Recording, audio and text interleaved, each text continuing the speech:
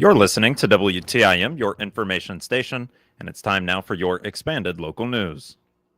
The Taylorville School District Board of Education met last night and were honored with 4 commendable scores from the Illinois State Board of Education. Staffing, budget concerns, and rising insurance premiums were again a topic of discussion. On Wednesday night, the Taylorville CUSD No. 3 Board of Education heard 7 presentations and 1 public comment during their regular monthly meeting for November. Taylorville School District is currently facing a budget deficit of over $950,000 this year, and board members voted to approve taxable general obligation limited tax school bonds in the amount of $983,500 to make up for this shortfall. Budget concerns are far from over when considering the next 3 years. Superintendent Brandy Bruley shared that the school district expects most sources of revenue to remain flat. The cost moving forward is for the district will only continue to climb, however. Bruley's budget projection is only an estimate, but by the 2028-29 school year, Taylorville School District could find themselves nearly $6.5 million short on their expected operating costs. Bruley stated that she is looking into everything she possibly can to find where money could be saved in the long run. The most difficult way of cutting costs comes with the potential overstaffing. For reference, in 2018, TCUSD No. 3 had 2,488 students and 129 teachers. Today, the district is down to 2,051 students currently enrolled, but has 16 more teachers now with 145 total across the schools. So, with that, I meet with both unions, one tomorrow and one on Friday, taking a look at not names, but sheets of all of the positions that we have, because in 2018 and 2019 school year, we had 129 teachers for 2,488 students. This year, we have 2,251 students with 145 teachers. So we have 16 more teachers with 237 less students. So our enrollment is decreasing, but we've increased staff. Everyone can kind of see where this is going. I looked at paraprofessionals as well. This is just teachers only. Paraprofessionals I looked at were about the same as we were from 2018 to now. There's a little bit higher, but not significant like this one. I know the custodians that I worked with, Steve, we've had 3 custodians who have resigned, moved on to other jobs, quit for a variety of reasons. We've let attrition handle that, where we did not replace those individuals because we can make it work with what we have. We've had a few paraprofessionals who have resigned, go to other jobs, etc. We have not replaced them because we're trying to make it work with what we have. Attrition, when people leave and we don't replace them, is less painful than having to tell someone at the end of the year, I'm sorry, you do not have a job because of the financial concerns that we are not hitting. All 4 schools, North, Memorial, Junior High, and High School, received commendable designations from the ISBE. Each of the school's principals presented to the board with the results of the surveys, noting there is always room for growth. During public comments, Steve Walters, Taylorville cross-country head coach, talked the success his teams had over their season. So I just want to recognize their accomplishments for this year, and I promise to be brief as long as Mr. McNeely there will be brief with his insurance thing, so we've got a deal. On the girls' side, we were kind of low on numbers this year, but we had 2 home meet wins. Our conference finish was 4th as a team, and our regional finish was 7th.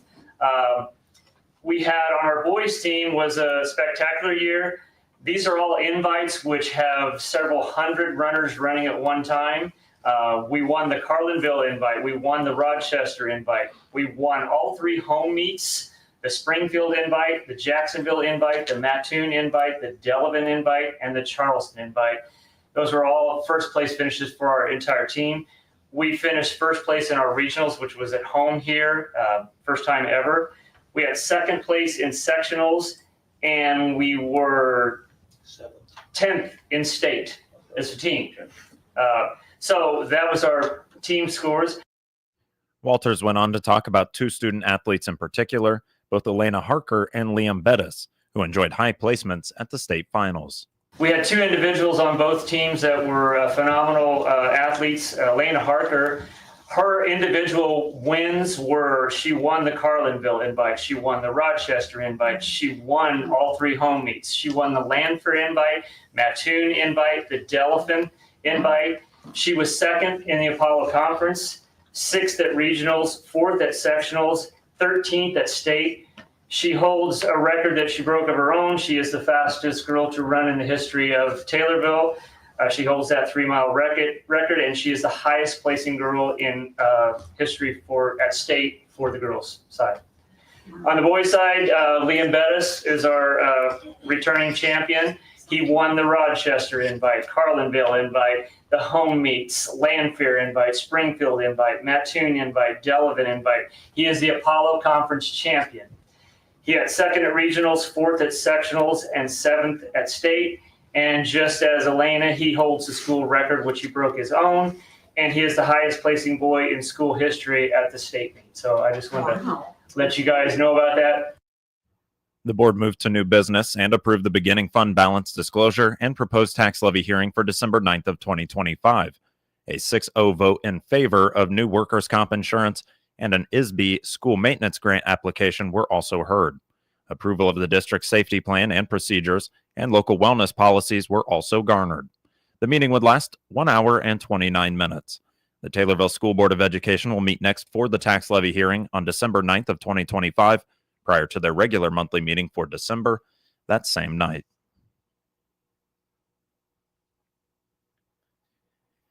Many Central Illinois residents were treated to a rare sight in the sky this week, the Northern Lights, also known as Aurora Borealis.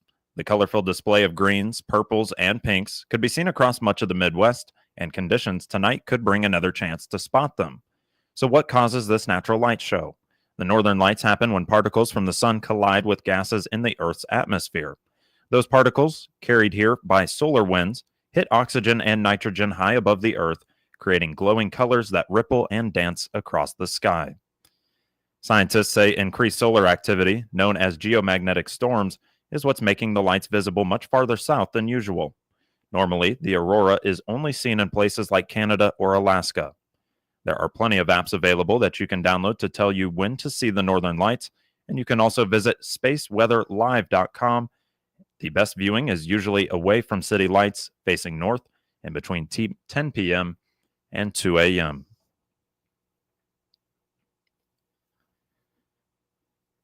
The University of Illinois Extension of Christian County held its first taste of the Extension event on Friday, October 24th, giving residents a chance to see and taste what Extension programs are all about. Visitors took part in several hands-on pop-up activities, including Dress for Success, Pumpkin Trivia, Herbal Experience, and Pumpkin Arrangements Make and Take. Guests also learned how to multiply houseplants, care for them, and even made their own macrame plant hangers. Extension County Director Sarah Martin said the event helped connect the public with the wide range of programs the Extension offers, from agriculture to horticulture and youth and community development.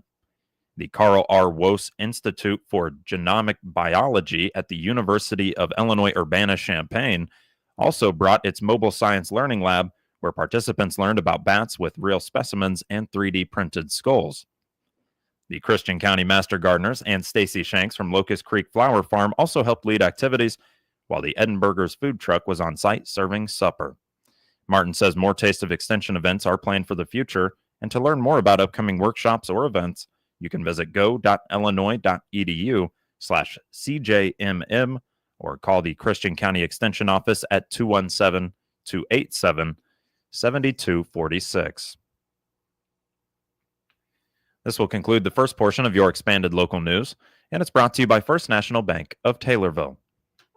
The holidays will be here before you know it, and you always need more money to take care of all the gifts Santa is giving. Mackenzie Vaudry here, Universal Banker at First National Bank in Taylorville. We have several loan products from our home equity line of credit to consumer loans, and even a Christmas Club account to take care of Santa next year. Stop by and visit with me, Mackenzie, for the money you need this holiday season. First National Bank in Taylorville, first every time for 70 years, member FDIC equal housing lender.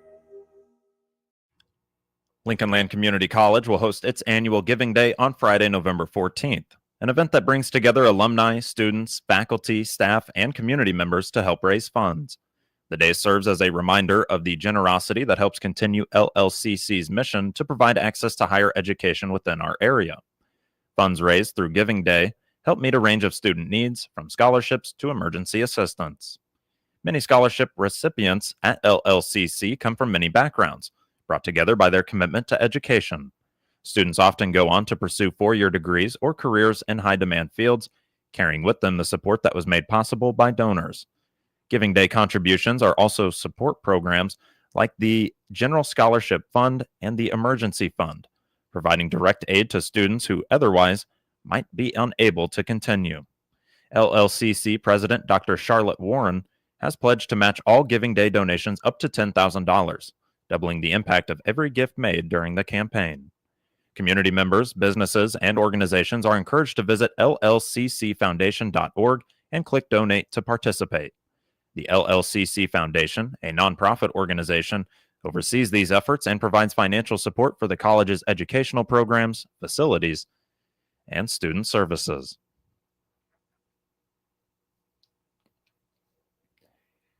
This year, Anderson Jewelers is celebrating 150 years of creating one-of-a-kind accessories for their customers. As locations like them are far and few between in central Illinois, they attract customers from a wide reach. In the same way that ownership of the business has been passed down through multiple generations, so too have the jewels customers have bought from them. Anderson Jewelers has greatly evolved over the years, however, with changes in location, interior design, and even their digital presence. Shonda Cordaway is the manager at Anderson Jewelers. She says 150 years in business goes hand in hand with how the company's customers pass down their creations to ensuing generations. But we have families that, have been coming for, a century or century and a half, 150 years. Their great grandparents had a piece of jewelry and they passed it down through the family. And, now someone new is receiving it either to use for themselves, and they'll come in and say, hey, can you make this look like it's brand new? I really love this and I want to use it. And of course we can do that usually, because we have a really great jeweler. His name is Mark Rafer. He's from Springfield and he has been working at Anderson Jewelers for over 40 years. He comes in every single week and works generally until every single job is done, as much as he possibly can. So we do try to keep our customers happy, but sometimes people will come in and they'll want things refinished or they'll want things recreated. Anderson Jewelers is the only such business with an in-house jeweler in a wide area in central Illinois. This greatly helps their sales, though Cordaway admits that she would prefer that jeweling be more widely practiced. And I think we've had a few people from out of state, but in Illinois, we have a couple from up around Chicago. Kind of all over Carbondale area. We have a few people from out of state that use us. Not having an on-site jeweler does bring in a lot of business, which is wonderful for us. Chicago, you mentioned that. I'm sure they have places, in their area. But they do. I really don't know why they ended up here. I don't know specifically. Maybe the prices were not, because in bigger cities, they're going to be more expensive. Maybe they wanted to come somewhere that was more cost effective, or maybe they had family in the area and stopped in. I'm not really sure, but that's one that I know for sure was up by Chicago. The business has updated their website to show some of their offerings. You can visit it at andersonjewelers.com. You will be able to see pictures of inventory. We're working on uploading them. We have a lot of new inventory coming in. We're stocking up for the holidays. We have everything from gold chains to colored gemstones, diamond jewelry, of course, engagement and wedding rings. We do have some fashion jewelry for people. There's a Holiyashi line that has a lot of colorful pieces. A lot of them are very nature related. It's a very, very popular fashion line of jewelry. So we encourage everyone. I think we try to have something for everyone. Everyone stop in, check it out.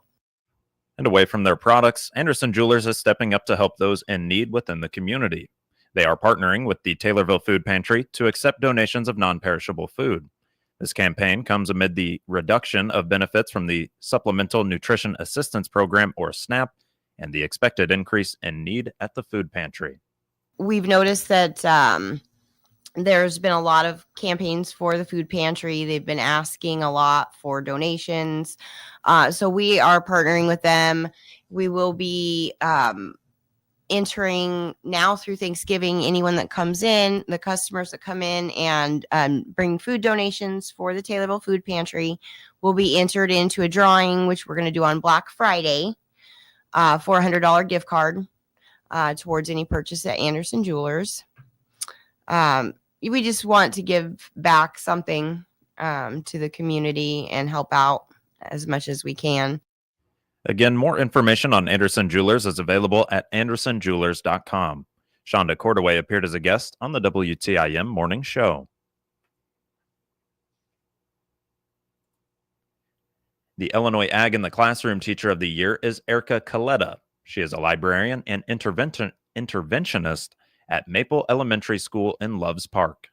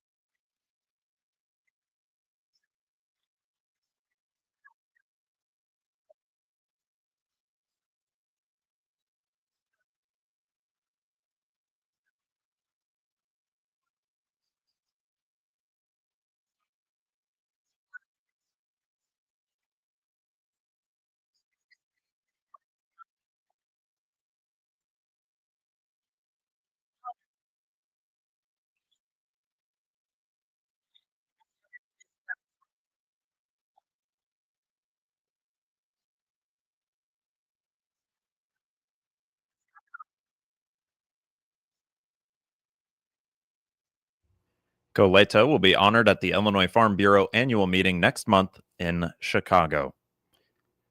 Moving now to obituaries, which can be found at TaylorvilleDailyNews.com and are brought to you by Sutton Memorial Home.